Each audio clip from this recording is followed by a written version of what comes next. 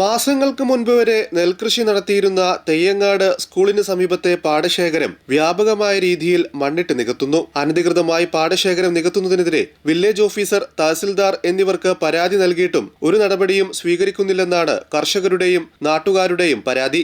Revenue ഉദ്യോഗസ്ഥർ സ്ഥലം സന്ദർശിക്കുമെങ്കിലും കർശനമായ നടപടി സ്വീകരിക്കുന്നില്ലെന്ന ആക്ഷേപമാണ് ഉയരുന്നത്. ഉന്നതരുടെ ഒത്താശയുണ്ടെന്നും കർഷകർ പറയുന്നു. പാടം നികത്താൻ ടോറസ് ലോറികൾ മണ്ണുമായി എത്തുന്നതിനാൽ പാടശേഖരത്തിനോട് ചേർന്നുള്ള ഇടശ്ശേരി റോഡ് തകർന്നു. അടുത്തിടെയായി കോൺക്രീറ്റ് ചെയ്ത ഈ റോഡിന്റെ പല ഭാഗങ്ങളും പൊളിഞ്ഞിട്ടുണ്ട്. ചിലയിടങ്ങളിൽ റോഡ് താഴേക്ക് ഇരുന്ന അവസ്ഥയുമുണ്ട്. തൊട്ടടുത്ത് തെയ്യങ്ങാട് സ്കൂൾ ഉണ്ടായിട്ടും സ്കൂൾ സമയങ്ങളിൽ ഉൾപ്പെടെ ലോറികൾ മണ്ണുമായി എത്തുന്നുണ്ട്. വിദ്യാർത്ഥികൾ ഉൾപ്പെടെ തെയ്യങ്ങാട് മേഖലയിലെ നിരവധി പേർ ദിവസവും ആശ്രയിക്കുന്ന ഏക റോഡ് കൂടിയാണ് ഇടശ്ശേരി റോഡ്. പാടശേഖരങ്ങൾ നികത്തുന്നതോടെ കർഷകരുടെ നെൽകൃഷി ആശ്രയം നഷ്ടപ്പെടുന്നതോടൊപ്പം ഈ മേഖലയിൽ വലിയ വെള്ളക്കെട്ടിനും വഴിയൊരുക്കും.